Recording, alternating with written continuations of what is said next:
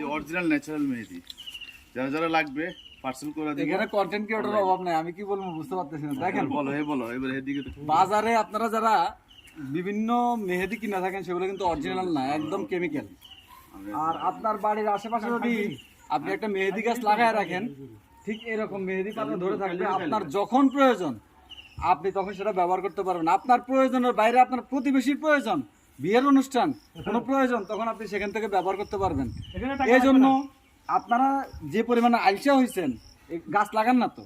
যদি এরকম গাছ লাগায় রাখতেন আপনার বাড়ির আশেপাশে, তাহলে কিন্তু আপনার বাজার থেকে কেমিক্যাল কিনে আইনা হাতে দেওয়া লাগতো না।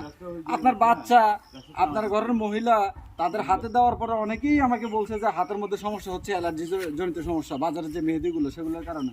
আর এটা আপনি বাটায় লাগাই দিবেন, বরঞ্চ আপনার স্কিনের জন্য আরো ভালো হবে। সুতরাং বাড়ির আশেপাশে এরকম একটা মেহেদি গাছ রাখার চেষ্টা করবেন। ধন্যবাদ সবাইকে।